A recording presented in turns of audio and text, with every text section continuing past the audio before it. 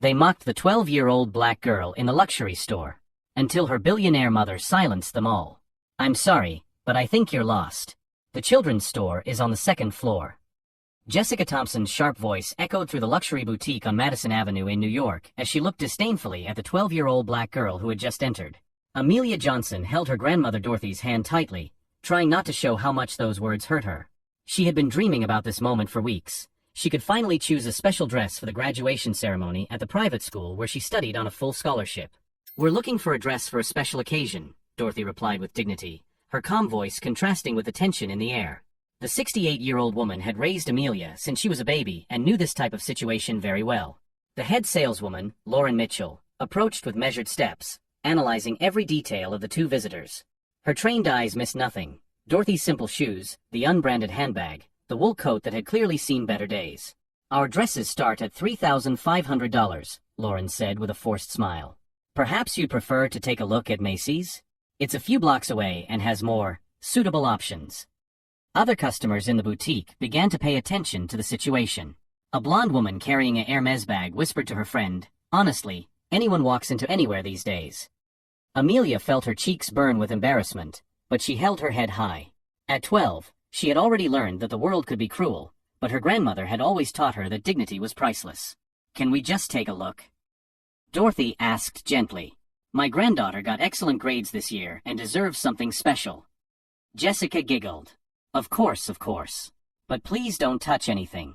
These are delicate, imported pieces." What none of those women knew was that, at that very moment, a few blocks away, someone was ending a meeting that would forever change the future of several companies in Manhattan. Someone who would not tolerate for a second seeing his daughter treated that way. Dorothy discreetly checked her cell phone. A simple message, arriving in 10 minutes. "How is Amelia?" She smiled subtly and replied, learning a valuable lesson about how some people reveal their true character. As Amelia looked at the beautiful dresses that were apparently not made for girls like her, something in her eyes revealed a strength that only exists in those who have faced adversities greater than their age should allow. If this story of courage and justice touched your heart, don't forget to subscribe to the channel to find out how a simple afternoon of shopping would turn into the most expensive lesson these saleswomen would ever receive. Lauren Mitchell led Amelia and Dorothy to a small section at the back of the store, away from the main display windows. There, 3 dresses clearly from previous seasons hung carelessly on crooked hangers. "These are more realistic for you," Lauren said, waving a drab gray dress. "They're 40% off. Still, they cost $2,100 each." Jessica joined the group, carrying a clipboard. "We'll need a credit card before any fittings," she announced authoritatively. "It's store policy for certain situations." The humiliation was deliberate and cruel. Other customers began to gather discreetly, turning the situation into a spectacle. One woman whispered loudly enough to be heard, "Poor things, they probably saw the store in a magazine and didn't understand that it's not for them." Dorothy maintained her composure, but Amelia felt tears burning her eyes. At 12, she had already faced mean comments at the private school where she studied on a full scholarship, but this was different. This was pure cruelty disguised as store policy. What these women didn't know was the story behind that seemingly vulnerable little girl. Amelia had been born into extraordinary circumstances. Her mother, Victoria Johnson, was only a 16-year-old teenager when she became pregnant. The biological father disappeared at the first ultrasound, leaving Victoria alone and without resources. Dorothy, then 52 and working as a cleaner at 3 different jobs, made a decision that would change everything. "This child will have every opportunity life can offer," she promised on the day Amelia was born. "No matter what I have to sacrifice." And she did. For 12 years, Dorothy worked double shifts, saved every penny, and even sold her small house to pay for an elite private school for Amelia. Victoria, now 28, had earned a full scholarship to Harvard University at age 18, and then, well, her trajectory was exactly the kind of information Lauren and Jessica would discover in the most humiliating way possible. "Grandma," Amelia whispered, trying to hold back her tears, "maybe we should leave." Dorothy gently squeezed her granddaughter's hand. At 68, she had learned that dignity is not negotiable, but she also knew that sometimes justice requires patience. "No, dear," she replied calmly. "Your mother will be here in a few minutes. She always said she wanted to be there when you chose your first really special dress." Lauren rolled her eyes dramatically. "Sure, one more person to deal with. I hope they understand we can't allow crowds in the store." At that moment, the boutique phone rang. Jessica answered in her most refined voice, "Madison Avenue Boutique, how can I help you?" The voice on the other end of the line was firm and professional. "I need to speak to the manager immediately. I have a delicate situation involving discrimination in your store." Jessica frowned. "I'm sorry, but I don't understand. Who is this?" "My name is Victoria Johnson. My daughter and my mother are there right now, and apparently they are being treated inappropriately. I would like to resolve this before I have to involve my lawyers." Jessica's blood ran cold. That name, she had heard it somewhere recently. Victoria Johnson. Why did it sound familiar? "One moment," Jessica stammered, covering the phone. She whispered to Lauren, "Is there a Victoria Johnson there? Someone's mother is complaining on the phone." Lauren looked directly at Amelia and Dorothy. "Is it you?" Dorothy smiled subtly. "My daughter has always been very protective." Jessica returned to the phone, trying to maintain a professional tone. "Ms. Johnson, I can assure you that all of our clients receive exceptional treatment." The voice on the other end turned cold. "Interesting. Then why is my 12-year-old daughter crying, and why was my mother directed to discount dresses in the back of the store?" The two saleswomen looked at each other nervously. How did this woman know exactly what was going on? "I'll be there in 3 minutes, the voice continued. "And I suggest you spend those 3 minutes thinking about how to explain why you judged a family by their appearance without knowing anything about who we are." The call ended abruptly. Lauren tried to maintain her composure, but something in that woman's voice had set off a primitive alarm. "Maybe we should reconsider our service," she murmured to Jessica. "It's too late for that," Dorothy said calmly, checking her simple wristwatch. "You had your chance to do the right thing." Amelia, still holding her grandmother's hand, watched as the two saleswomen began to grow visibly nervous. For some reason, her mother's call had completely changed the dynamic of the situation. Outside, the sound of a powerful engine stopped in front of the boutique. Dorothy smiled. "Ah, she's here." What Lauren and Jessica didn't know was that in the next 2 minutes, they would discover why the name Victoria Johnson should have been enough to make them run for the hills, and why underestimating a family based solely on appearances was about to become the most expensive mistake of their careers. Each new humiliation only strengthened something within them that their oppressors couldn't see, a silent strength fueled by the very injustice they sought to impose. What those privileged saleswomen didn't know was that each act of contempt was writing their own sentence of defeat, and the justice that was coming would be served in the most devastatingly elegant way possible. The boutique door opened with a softness that contrasted with the electric tension in the air. Victoria Johnson walked in slowly, her measured steps echoing on the Italian marble. At 28, she had learned that true power does not need to announce itself, it simply exists. Lauren and Jessica watched her nervously. There was something about this woman's posture that set off an instinctive alarm, but her appearance was deceptively simple. Dark jeans, a basic white blouse, comfortable sneakers. Nothing that would indicate the financial tsunami that was about to hit their lives. "Amelia, dear," Victoria said softly, opening her arms to her daughter. The embrace between mother and daughter lasted several long seconds, long enough for Lauren to notice something that made her gulp. The seemingly simple watch on Victoria's wrist was a Patek Philippe, valued at over $80,000. "How was the treatment you received here?" Victoria asked, still embracing Amelia, but with her eyes fixed on the two saleswomen. Dorothy smiled subtly. "Very educational, dear. Very educational indeed." Jessica attempted a desperate recovery. "Mrs. Johnson, there was a slight misunderstanding. Of course we can serve your family perfectly. We have beautiful dresses." "Now you do," Victoria interrupted, her voice low but laden with authority. Interesting how the options have changed in the last 3 minutes. What Lauren and Jessica didn't know was that over the past 15 years, Victoria Johnson had meticulously built one of the most powerful technology empires in the United States. At 13, pregnant and abandoned by her boyfriend, she could have given up. Instead, she turned adversity into fuel. While other teenagers worried about prom, Victoria studied programming in public libraries. While caring for her baby Amelia at night, she absorbed online computer science courses. At 18, she won a full scholarship to Harvard. At 22, she founded her first startup. At 25, she sold it for $50 million. Today, VJ Technologies was worth $2.8 billion and employed more than 15,000 people in 23 countries. Victoria was one of the youngest women to appear on Forbes' list of American billionaires. But that was just the beginning of what these prejudiced saleswomen were about to discover. "You know," Victoria said, walking casually through the store, "my daughter told me some interesting things about your experience here. Comments about suitable people, suggestions for more appropriate stores." Lauren tried to downplay it. "Ma'am, if there was any misunderstanding." "There was no misunderstanding," Victoria cut in firmly. There was deliberate discrimination. And discrimination has consequences. At that moment, Victoria's phone rang. Hello, Marcus. Marcus Patterson was her general counsel, one of the most feared lawyers in Manhattan. A specialist in civil rights and discrimination, he had turned seemingly simple cases into multi-million-dollar victories. Victoria, I got your message. I'm on my way with the team. The documents are ready, and so are the cameras, Marcus said, his voice audible enough for Lauren and Jessica to hear snippets of the conversation. Perfect. Be here in 10 minutes. And Marcus? Bring the Madison Avenue properties contracts, too. We may need them today.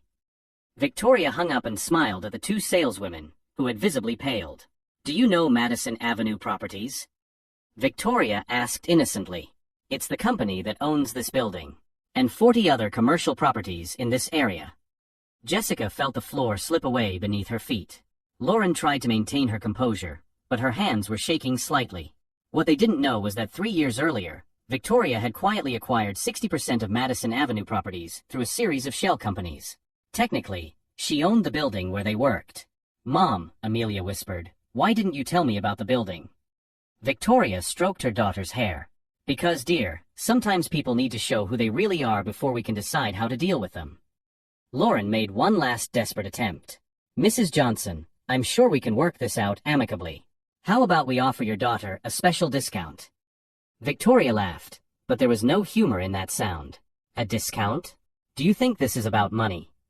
Dorothy approached her daughter. Victoria, remember when you were Amelia's age and you asked me why some people were so cruel? I remember, Mom. You said it was because they had never learned that true class comes from within. And what else did I say? Victoria smiled. That one day I would have the power to teach them that lesson. At that moment, a man in an impeccable suit entered the boutique accompanied by two equally well-dressed women. Marcus Patterson had arrived. Victoria, Marcus greeted her, kissing her cheek casually. How are my favorite goddaughter and Mrs. Dorothy? The casual familiarity between them did not go unnoticed by the saleswomen. Marcus was not just any lawyer. He was clearly part of the family's inner circle. Marcus, I'd like you to meet Lauren Mitchell and Jessica Thompson, Victoria said with a smile that didn't reach her eyes. They just gave us a very enlightening demonstration of how they treat customers they deem inappropriate for their establishment. Marcus took a digital recorder out of his pocket. Perfect. Victoria, you know I love well-documented discrimination cases. One of the women accompanying Marcus introduced herself, Sarah Chun, investigative journalist for the New York Times. Pleased to meet you. The other smiled professionally, Amanda Foster, producer of CNN's Justice in Focus. Lauren and Jessica looked at each other in utter panic. The situation had escalated completely beyond their control. Now, Victoria said, her voice taking on a tone of authority that made the boutique fall silent, you have two options. First, we can resolve this discreetly, with you taking full responsibility for what happened here and implementing real changes in your customer service protocols. She paused, letting the tension build. Or second option, this case becomes national news, you lose your jobs, face discrimination charges, and I use my influence to ensure you never work in luxury retail again. Jessica tried one last card. Ms. Johnson, with all due respect, this seems excessive for a simple misunderstanding. Victoria turned slowly toward her, and for the first time, allowed a hint of her true authority to show in her voice. Over the top. My 12-year-old daughter was publicly humiliated by two adults who felt entitled to judge her based on the color of her skin and the simplicity of her grandmother's clothing. You questioned whether a child deserved to be in the same environment as you. Victoria's voice became even lower, more dangerous. Jessica, you suggested we look for more appropriate stores. Lauren, you demanded a credit card before even allowing a child to try on a dress. And you both allowed other customers to make humiliating comments about my family. Marcus began recording. Sarachan took out her notepad. Amanda Foster turned on a small camera. Now, Victoria continued, I'm going to give you exactly 60 seconds to decide which of the two options you prefer. Because from the next 60 seconds on, what happens here will be entirely your responsibility. Amelia held her grandmother's hand, watching her mother with a mixture of admiration and pride. At 12 years old, she was learning a valuable lesson about dignity, justice, and the power of not accepting the unacceptable. Dorothy whispered to her granddaughter, "This is the daughter I raised. The girl who promised me that one day no one would treat our family as inferior." The timer on Marcus's cell phone began to count down. 60, 59, 58. Lauren and Jessica were caught between national public humiliation and an admission of guilt that would surely cost them their jobs. What they didn't know was that Victoria had already made her decision about their fate the moment she saw her daughter cry. Justice wasn't just approaching, it was being served methodically, coldly, and with a precision that only 15 years of business success could provide. And most devastating of all was that they themselves had chosen every element of their own destruction through every prejudiced word, every look of contempt, every moment they had underestimated a family based solely on appearances. What these privileged saleswomen failed to understand was that they were facing not just a mother protecting her daughter, but a force of nature who had turned every obstacle in her life into a stepping stone to the top of American society. 45, 44, 43. Lauren broke first. I choose the first option, she stammered, her hands shaking visibly. It was a terrible misunderstanding. We can talk, resolve this discreetly. Jessica was still trying to maintain some control of the situation. Look, this is getting ridiculous. We did nothing but follow store protocol. Victoria raised her hand, stopping the timer. Interesting. Lauren chose to admit the mistake. Jessica chose to deny it. She turned to Marcus. Record that officially. Ms. Jessica Thompson, Marcus said formally, are you denying that you treated a 12-year-old customer in a discriminatory manner based on her race and socioeconomic appearance? It wasn't discrimination, Jessica stammered, finally realizing the trap. It was just. Just what? Victoria cut in coldly. Just racism disguised as store policy. At that moment, the boutique's general manager, Margaret Williams, came running down the office stairs. She had received an urgent call from her boss, warning her that Victoria Johnson was in the store. Ms. Johnson. Margaret gasped. What an honor to have you here. If there was any problem with the service. Victoria smiled, but there was no warmth in that smile. Margaret, right? How long have you been managing this store? 5 years, ma'am. And in 5 years, how many times have you trained your staff on racial discrimination? Margaret paled. We have clear policies. Which clearly don't work, said Amanda Foster, the CNN producer, approaching with her camera. May I ask you some questions about the boutique's training protocols? Sarah Chun of the New York Times addressed Lauren. Could you explain why you suggested that a family look for more appropriate stores? Lauren was now visibly panicking. Tears began to form in her eyes. I didn't mean, it was a misunderstanding. It wasn't a misunderstanding, Dorothy said softly, speaking for the first time since Victoria arrived. It was exactly what you meant. You judged a child by the color of her skin. Victoria approached the main counter and took out her phone. Marcus, can you call the Human Resources Department at Madison Avenue Properties? I need them to review the store's lease agreements immediately. Margaret felt the ground slip away beneath her feet. Ms. Johnson, please, we can work this out. Yes, you can, Victoria said calmly. With real changes. Sarah, do you have everything you need for the story? Sarah Chun smiled professionally. I have statements, photos, and even audio recordings of the discriminatory remarks. It will be a comprehensive story on discrimination in luxury establishments. Jessica finally exploded. This is absurd. A simple conversation turned into this whole circus. You can't destroy our careers because of a misunderstanding. Victoria turned slowly to her. Jessica, you still don't understand, do you? She gestured to Marcus, who opened his briefcase and took out a series of documents. These are the anti-discrimination policies that all tenant stores in this building are required to follow. Policies that you clearly violated today. Marcus continued, and these are the records of similar complaints against this boutique over the past 2 years. 12 documented cases of discriminatory treatment. Margaret was now visibly distraught. We didn't know. We never received those complaints. Because they were directed straight to me, as the building owner, Victoria said. I wanted to see if it was a pattern or isolated incidents. Victoria walked over to where Amelia was sitting next to Dorothy. Honey, do you remember when you asked why some people are cruel to others? Amelia nodded. Today you are seeing that cruelty has consequences, and that we must never, ever accept being treated as inferior. Victoria turned to Margaret.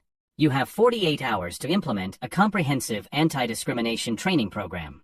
Lauren and Jessica will be terminated immediately, and if there is one more reported incident, I will terminate the lease. Lauren burst into tears. Please, I need this job. I have children. Dorothy stood up and approached Lauren. Honey, I worked as a cleaning lady for 40 years. I was humiliated more times than I can count. But never, not once, did I treat another person with disrespect. Dorothy's voice was gentle but firm. Having children should teach you to be kinder, not crueler. Jessica tried one last card. You can't do this to us. We'll sue for harassment, for persecution. Marcus laughed openly. Please do that. I'd love to defend this case in court. Documented racial discrimination versus, what exactly? Consequences for one's own actions. Amanda Foster approached with her camera. Jessica, Lauren, would you like to comment for our report on discrimination in luxury establishments?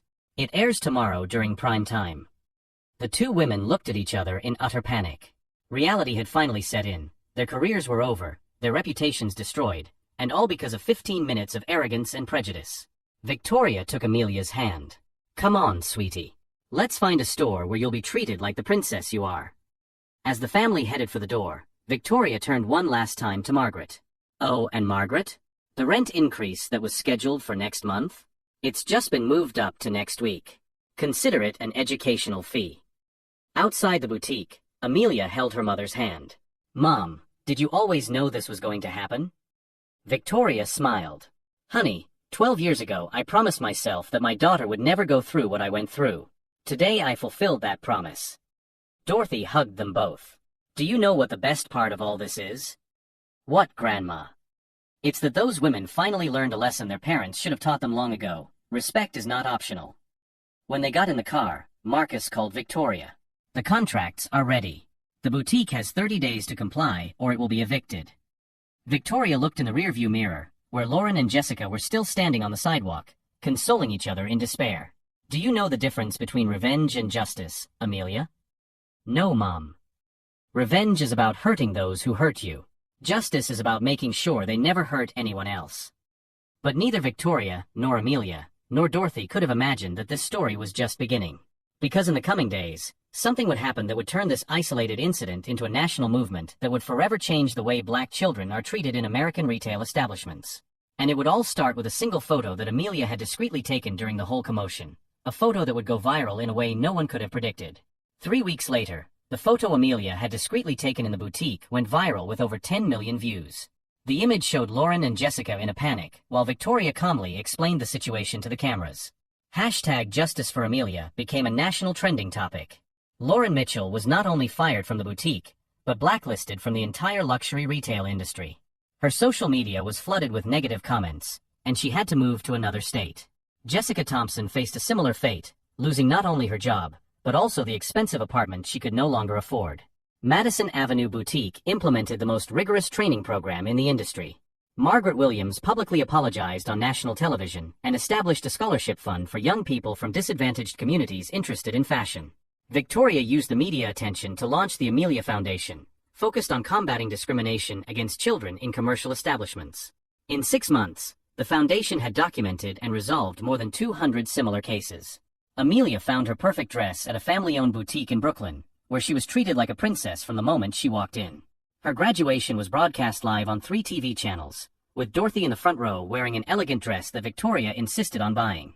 Mom, Amelia said months later, why didn't you react more strongly that day?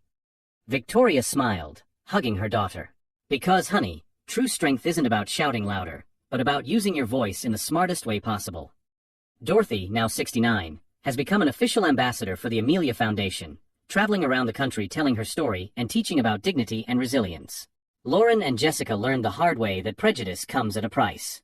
Victoria proved that the best revenge is not to destroy those who hurt you, but to build something so great that their opinion becomes irrelevant. Today, when Amelia walks into any store, she carries with her the certainty that she deserves respect simply for existing. And when other children face discrimination, they know that someone fought so that it would never again be accepted in silence.